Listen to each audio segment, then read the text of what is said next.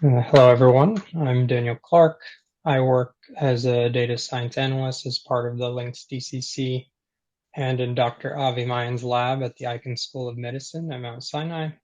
Today, I'm presenting on behalf of the CFDE Playbook Partnership, work by the team, and I'll get right into it.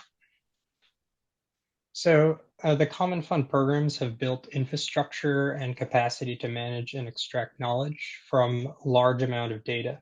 Many have developed well-documented programmatic access to a variety of data sets and tools.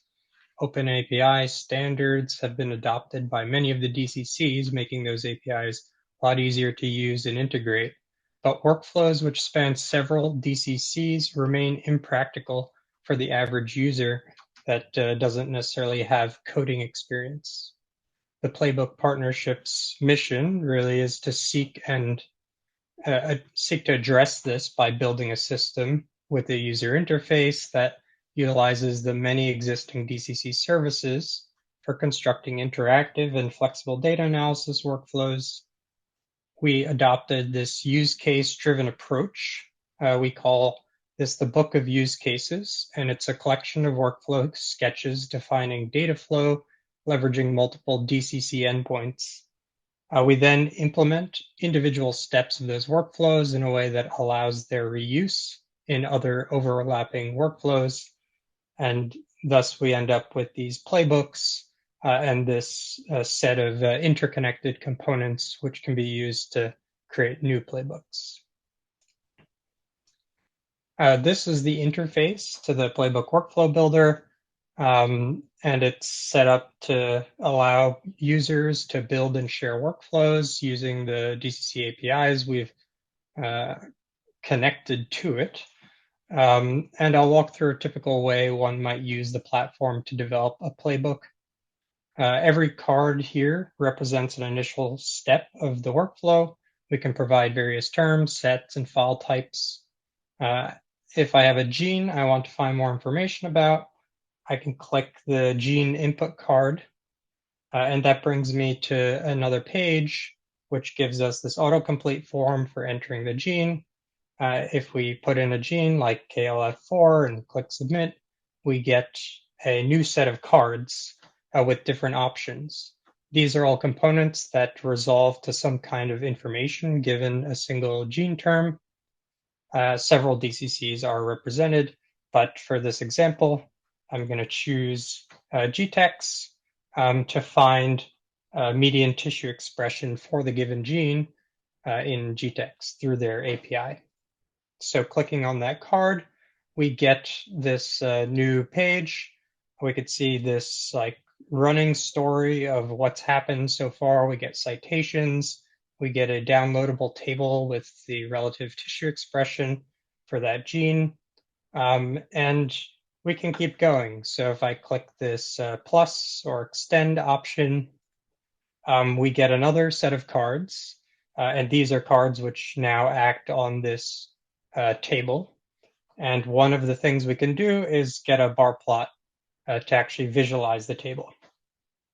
So clicking that, we have a bar plot, and suddenly we've created a simple workflow that we get a gene.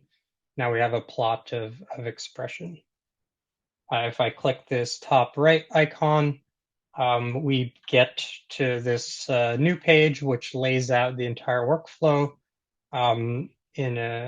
vertically. We call it a report.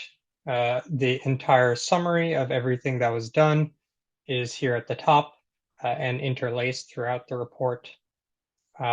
This summary is completely automatically generated. We can also click on GPT augmented summary to potentially improve this summary. And we can also provide our own summary. And we can also come here and put in a different gene. So for instance, if I were to put in a new gene, KLF11 instead of KLF4, and then we submit this, the entire workflow will recompile itself. We'll get a different story that now has the new gene in there. The plots will all update, the API is re-executed. And with this, we essentially have what we call a playbook that can be modified by other users. Something you can do with the playbook, you can publish and share it. So here we can put in a title, visualizing the expression of a gene in GTEx. We can click save. And then once we've saved, we can share a link to it, which we can give to someone else by copying and pasting. We can download a BCO or draft it in the biocompute portal, which will be registered into biocompute when we've published that. And we can also click share publicly, which will register the workflow somewhere else on the Playbook Workflow Builder site so that users can find this workflow that we've created and annotated. That place is here, and you can get to that on the top right of the Playbook site in the published Playbook section. One published playbook, use case 1 at the very top of the published playbook section is a case study involving taking 2 drugs and a phenotype or an adverse event, in this case increased bleeding, and trying to kind of make sense of how these drugs are interacting to cause this adverse event.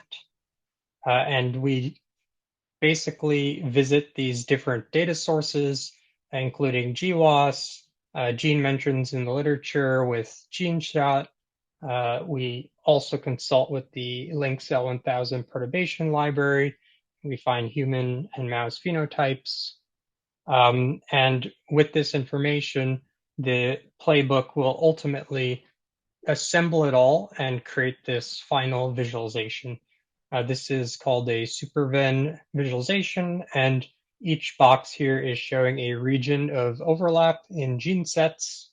And you can see on the left that these gene sets are corresponding to the input drugs up and down signatures from the links chemical perturbations, but also the phenotypes gene sets from GWAS, MGI, and HPO corresponding to the bleeding that we put in. And if we click on this one segment, we see that this particular gene, THBS2 or thrombospondin 2, stood out as being upregulated by both drugs and also being in MGI, i.e. in knockout mice. In fact, this gene enhances wound healing, which is a promising sign.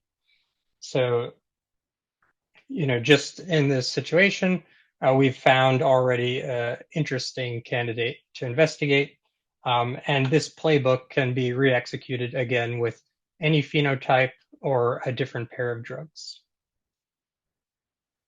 I want to give you a tiny bit behind the scenes and tell you about how we actually have this system set up for developing the different playbook components.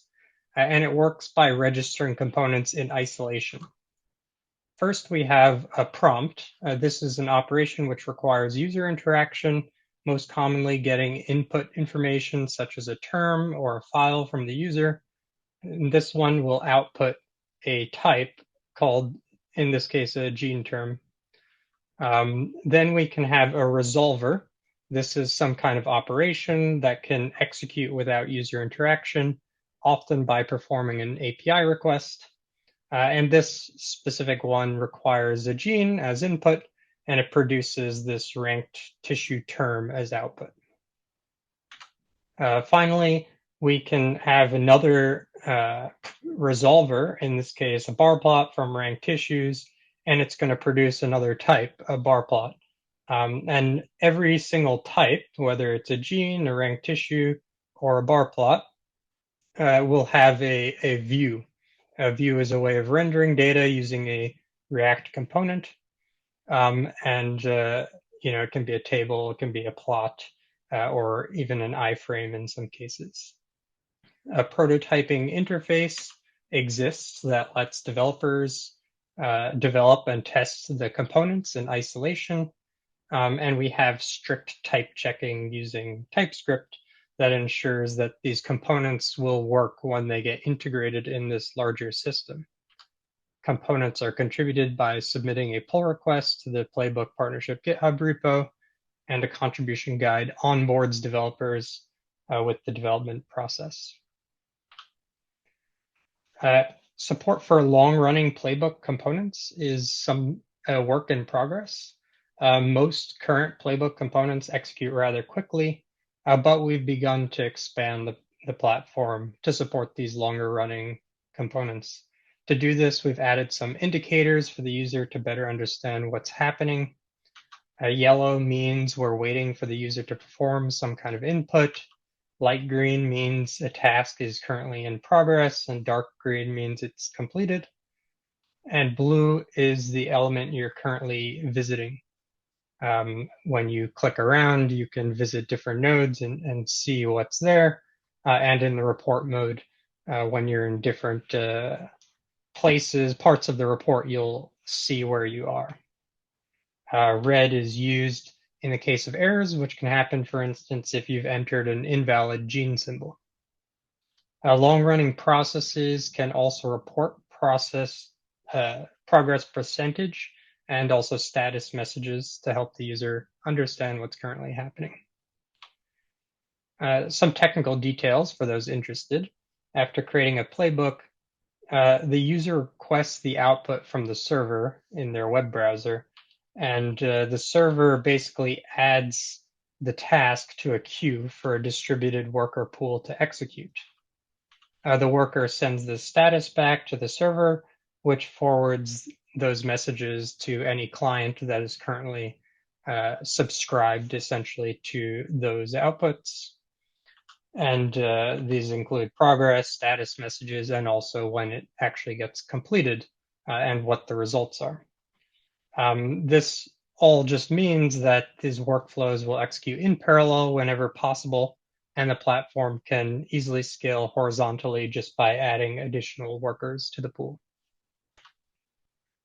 Another use case in our published playbooks is the use case 13, and this is our most cross-cutting use case, and it really just revolves around gene-centric knowledge.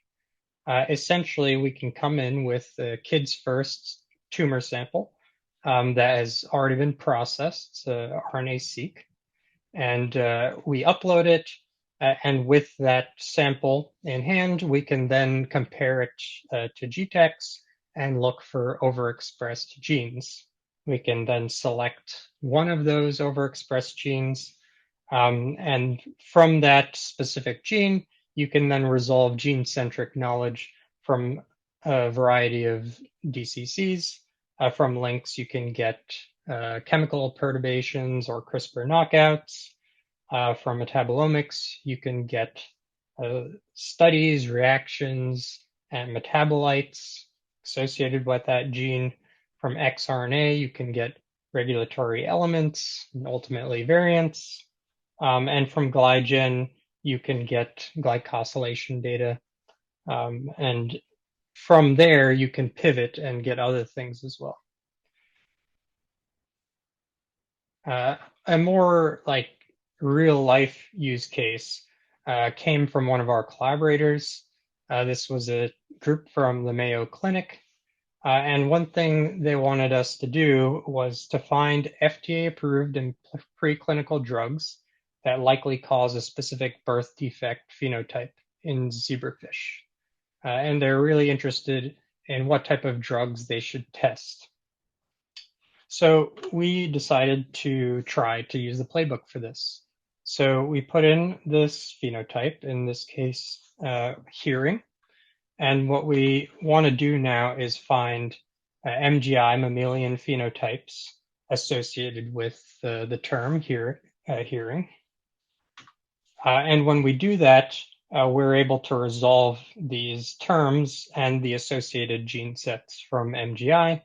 And so we can see impaired abnormal hearing physiology, conductive hearing loss, etc. So these are all phenotypes in MGI and the associated gene sets. And then from those gene sets, we can merge them in various ways. In this particular case, we did what's called consensus. So we make sure that this gene occurs in multiple gene sets, not just in one. And then with this final gene set, we can then look for Link's chemical perturbations that are downregulating most of the genes in the set. And so that's what we get here. So when we perform the SIGCOMM request, we can actually view and browse through those results, and we can also extract from that request the actual drugs prioritized. All the steps can be inspected, and our collaborators can then try additional phenotypes and get predictions right away by using this workflow. Another thing that we're doing, this is work in progress, but since GPT has made everyone very excited, what we wanted to do is try taking a text query and turn it into a workflow. So to do this, we have a backend that is going to try and predict, given the text that the user writes, what's the best next step, as if you were working through the workflow manually. But now we have an AI that's predicting the next step. So we type here, construct a bar plot showing the median expression of TP53 in healthy human tissues. This is like the initial report that I created earlier. And so the top hits are, okay, put a gene in, put a gene set in, or put a tissue in. So gene is what we wanted.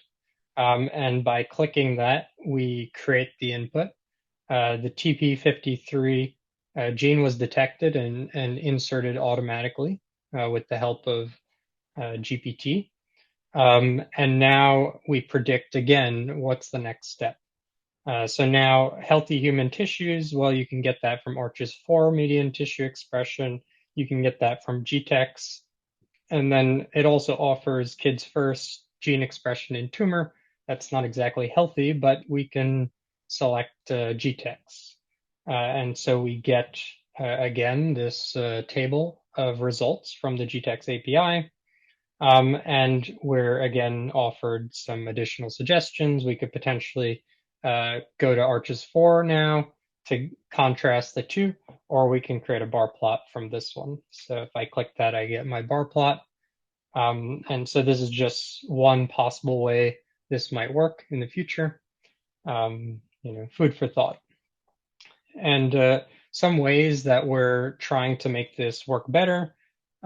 Basically, what we've done is, since all the APIs are implemented in this graph-like structure, where inputs and outputs are put in a database, essentially, we can perform random walks in this database and create some random workflows. This is one random workflow. We can then we can create a story out of this workflow using the feature of the platform that creates stories for your report. And then we can actually ask GPT, okay, give us some instruction the user should give us if we wanted to create this workflow. And that gives us some like input data and output data. Now we can do multi-label classification, machine translation, or OpenAI fine-tuning, and make this prediction work even better. With that, I'd like to conclude here and just say that the Playbook partnerships concepts were materialized into a platform capable of answering many scientific use cases by querying common fund program APIs without code, curation of the use cases, and collection of standardized Playbook components may have uses beyond the Playbook workflow builder platform. And this text prompt and chat-based operational interface may lower the barrier of entry for using the platform, especially as it continues to expand in functionality, become more complex. But engaging more users is essential to determine the most effective direction for the platform.